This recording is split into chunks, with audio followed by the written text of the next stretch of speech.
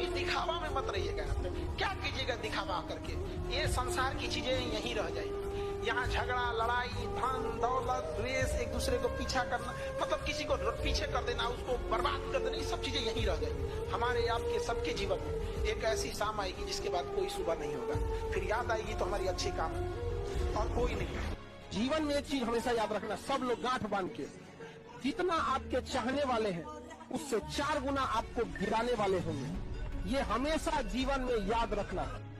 जब भी पढ़ने में मन न लगे तो याद रखिएगा, अपने माँ बाप का एक बार चेहरा देखिएगा। समझ आ गया कि नहीं? पीटी एग्जाम निकालना है, अपना चेहरा देखिए कि हमें कुछ बनना है। मेंस निकालना है आपको, माता का चेहरा देख के कि माँ इंतजार कर रही है। और इंटरव्यू में बैठना है तो पिता का चेहरा याद रखना है कि अगर पास होके जाएंगे तो उस पिता को जो खुशी मिलेगी उसका कोई मोल नहीं होगा। यहाँ लोग कहते हैं कि नेचर और सिग्नेचर चेंज नहीं होता है, अनुभव नहीं है उन्हें जीवन का। समझा क्या? उंगली पे चोट लगेगी ना, सिग्नेचर चेंज हो जाएगा, और जिस दिन दिल पे चोट लगेगी ना, उस दिन नेचर चेंज हो जाएगा। और तुम लोग लड़का लोग ध्यान से पढ़ो, देखो नहीं, रीजन समझो। तुम्हारे भरोसे बहुत जिम्मेदारी है, घर द्वार बनाना है, कर्जा चुकाना है, नहीं नौकरी होगा कोई नहीं पूछेगा, इनके लिए तो कोई ना कोई पढ़ ही रहा है। तो दुनिया, समाज, रिश्तेदार, किस्मत, कोई अगर आपके लिए गड्ढा खोद रही है, याद रखिएगा आपको मजबूर कर रही है कि आप छलांग लगाना सीख जाए। तो खोदो गड्ढा, गड्ढा खोदा तो छलांग लगाओ, पैर पकड़ा तो लात चलाओ।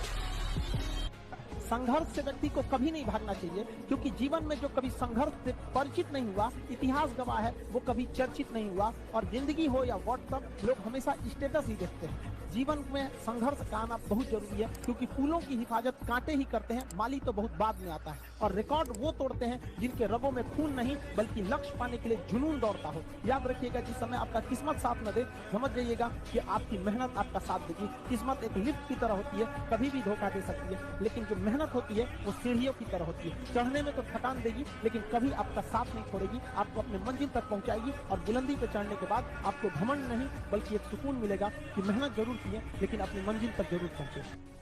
प्लानिंग बनाओ कि आपको टाइम कैसे बर्बाद करना है, लेकिन तुम लोग टाइमिंग क्या बनाते हो? पढ़ना कैसे है। अगर मछली ये टाइम टेबल बनाए कि उसे तैरना कैसे है, तब तो हो गया मछली का कल्याण।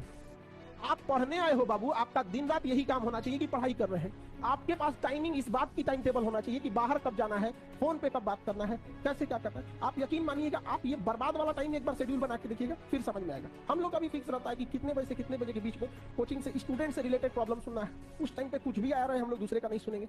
फिर स्टूडेंट को छोड़ के ऑर्गेनाइजेशन लेवल पे कौन सा प्रॉब्लम सुनना है, उसकी अलग टाइम स्लॉट है। तो आप ये चीजों को जरूर कीजिएगा। बाकी खाली टाइम जब भी मिले तो पढ़ने पे यूटिलाइज।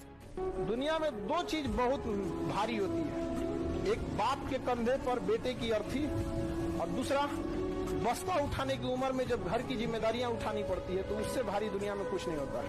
तो 2 चीज बहुत मुश्किल होता है। रास्ते में कठिनाई नहीं आ रही है तो आप साधारण व्यक्ति हैं। अगर आपकी जिंदगी में तकलीफ आ रही है, कठिनाई आ रही है, आप समझिए कि आप उस पत्थर से बनाए गए हैं जो भविष्य में मूर्त बनती है, क्योंकि सारे पत्थर को तराश के मूर्त नहीं बनाया जाता।